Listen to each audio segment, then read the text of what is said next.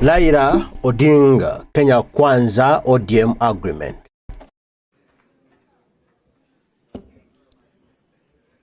Haya. You may be seated. Thank you very much. Haya. Excellency, President William Ruto, who is also the party leader of UDA, leaders of the two political parties, ladies and gentlemen, I'm Jambo. Jambo. The ODM people here. ODM. ODM.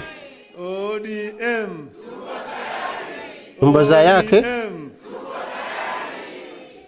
Wako tayari. Well, I'm very happy to stand before you here this morning to talk to you after a long period of absence. As you know that in the last 6 months, I've been engaged in the campaign on the continental platform for the position of the chair of the African Union. Some people ask me why did I decide to run for that position. And I say that I was approached by senior leaders on the continent who, when they saw that that position was becoming vacant, they needed somebody with a Pan-Africanist ideology to go and try to set that movement into the right path so that it can achieve the objectives for which the founding fathers formed it. So they then sent the former Nigerian president, President Obasanjo, to me to come and persuade me to run. And after a lot of soul searching, I made a decision. And some of you will have seen me with President Obasanjo on my side when I announced that I was going to run for the position of African Union chair. I did not expect to be supported by the Kenya government. But out of blues, President Ruto announced that he will support my candidature. I thought this is a better way to get rid of him. Good riddance.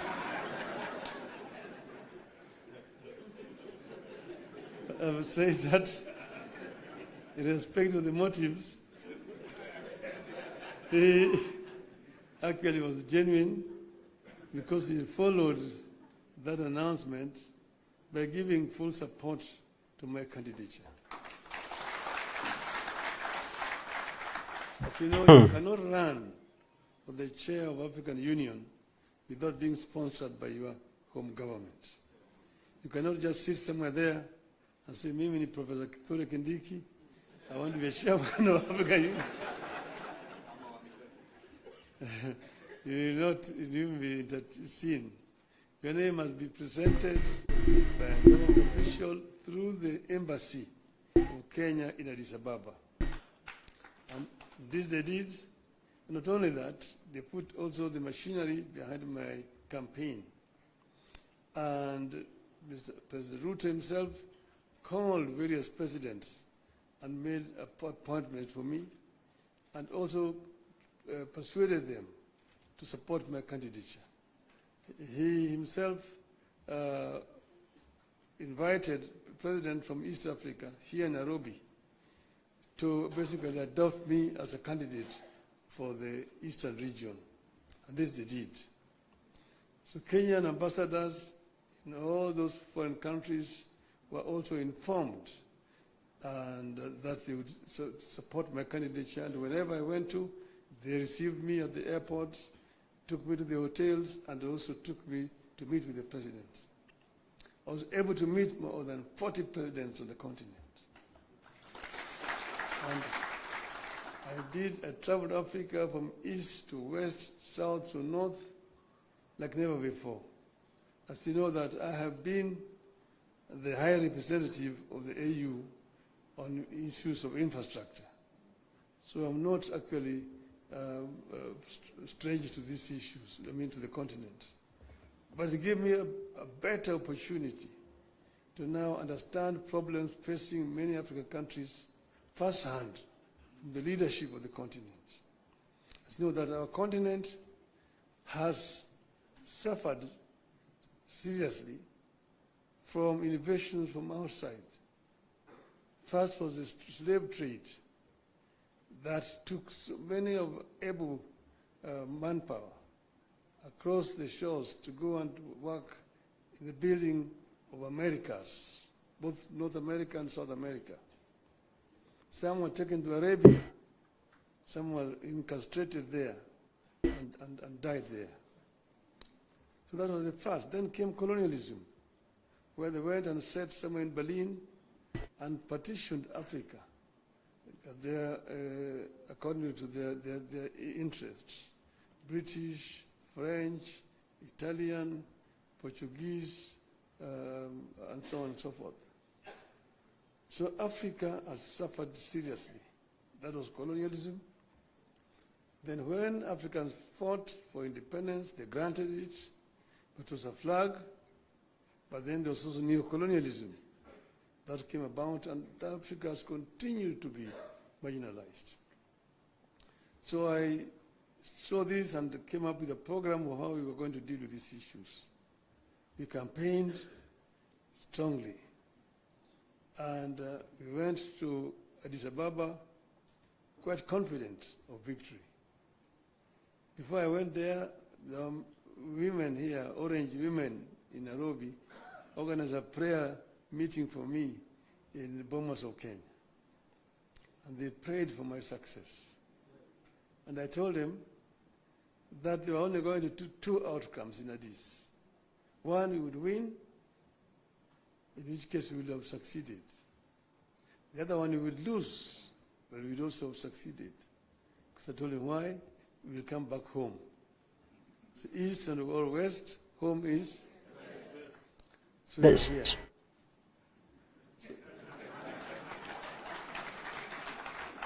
When I came back, I went to meet with the president in Mombasa to thank him for the support that the government has given. And he was, of course, very gracious. And at that time, I found when the two teams from the parties had worked out on some documents that they wanted to be signed. I told him I cannot sign this document until I've consulted our people, my people. So I took time. From that time, I went to Kisumu. I met with Professor. I met with leadership and elders in Kisumu. I went to Siaya. I went to Migori. I went to Homa Bay. I went to Busia, where I met with all the leadership from all the 5 counties in Western. Then I went to the coast. I was in Mombasa. I was in Malindi, in Kilifi. I was in Kwale. I came back. I went to Wajir. I came back. Yesterday I was in Kisii. I was in Narok. I was in Nairobi, here in this same building here with leadership of Nairobi. That's what you call random sampling. And I think I managed to get the feeling of my people, my supporters. And that's the reason why I am today able and confident to sign this document. So I want to say this, I have to note. Today, you have signed a memorandum of understanding between Orange Democratic Movement and the United Democratic Alliance. The cardinal goal of the MOU is to help ease the prevailing tensions in the country, reconcile the population, alleviate their suffering, and move the country forward by addressing the critical social, political, and economic issues our people are grappling with today. As leaders of the largest political parties in the country, we arrived at the understanding that in a time of significant changes and challenges to our nation, it is not enough to merely grandstand or stand aside and criticize, easy as those may be. They say any madman can kick down a barn, but it takes a good carpenter to build one. We have agreed to help build a barn for our country, rather than merely kick down what we have. We have agreed to use our parties as a broad platform, bringing together various voices, opinions, and concerns to address the critical challenges facing the country through a formation that is truly national and inclusive in outlook.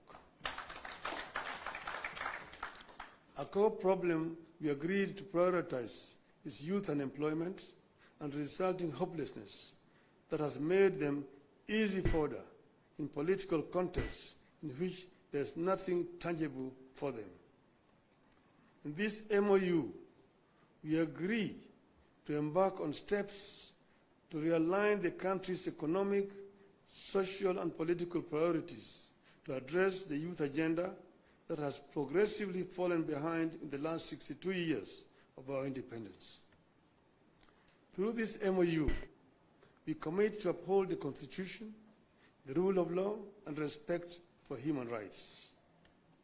Importantly, we pledge to tackle unemployment, cost of living, crippling poverty, inequality, and failure of the institutions that have been eroded by inefficiency and corruption over the decades, making them unable to deliver to Kenyans.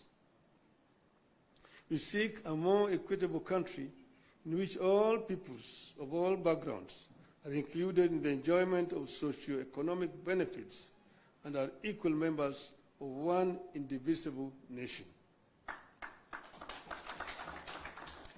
All Kenyans must feel that they belong here by right, and the right to access, without any form of discrimination, whatever Kenya has to offer. We commit to protect and to strengthen devolution as a machinery for ensuring a more inclusive development across the country. In this regard, we will be tabling a proposal that the unbundling of functions that has been recently concluded, counties should get not less than 450 billion shillings in the 2025-2026 financial year. We will also seek the faithful flow of funds to political parties, being vehicles for the channeling of hopes and aspirations of the people. We will use this platform to revisit the constitutional provisions on leadership and integrity, corruption in public life, fundamental freedoms like free speech, protest and assembly, and preservation of the rule of law. We recognize that many of the issues this country is struggling with are as old as the country itself.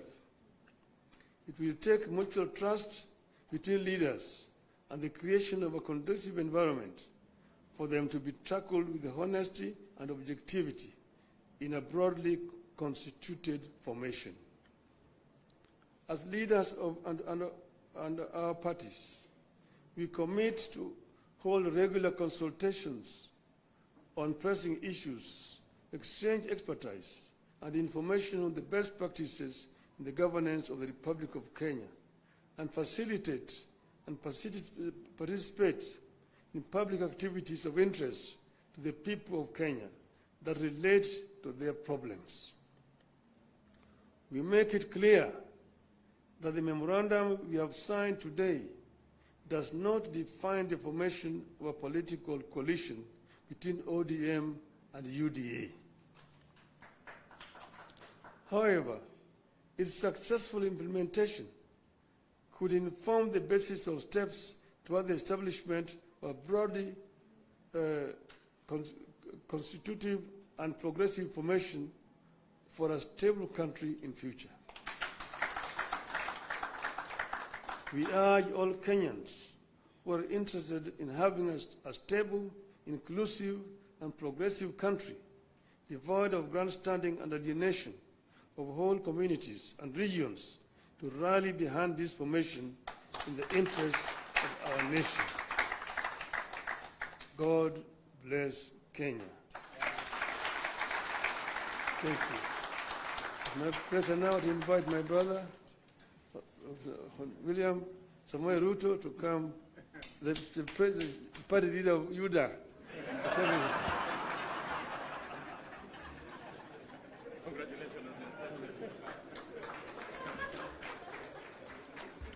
Thank you very much. Raila Odinga'S. His party, ODM, and the Kenya Kwanza have signed an agreement to work together. Raila Odinga, can I call him an hypocrite? Can that word suit him? Am I wrong to call him that? Tell me in the comment section if I'm wrong to call him an hypocrite.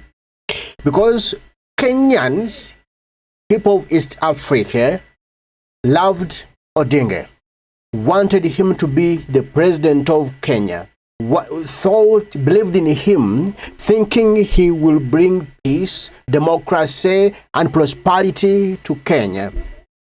But whenever Raila Odinga loses elections and there is a government in power, this gentleman always signs memorandums of understanding and start working for that government.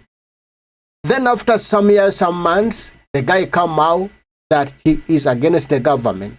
He is pro-people. He want to go in the government. He want to be the president to work for people. When he can't do anything, as per the memorandum of understanding that is helping the people of Kenya. Maybe I'm wrong here. Someone who can guide me, someone who can correct me, someone who can tell me the truth in down here. But may I say this as someone who is hypocritical, someone who is selfish, someone who only thinks about himself and nobody else.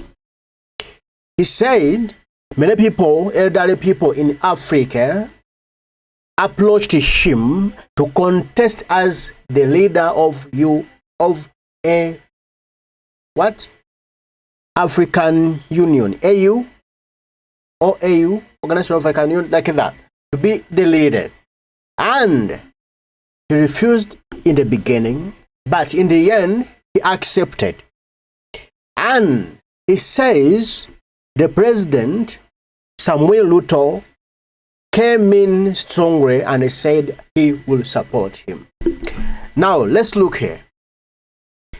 If Ruto was failing Raila Odinga, and Ruto looked for the ways to kill Raila Odinga in the eyes of the Kenyan people, and Raila Odinga never looked there, that maybe is Samuel Ruto, the president, going through these elderly leaders, the trusted leaders, to come and pursue me to go for the African Union chairship.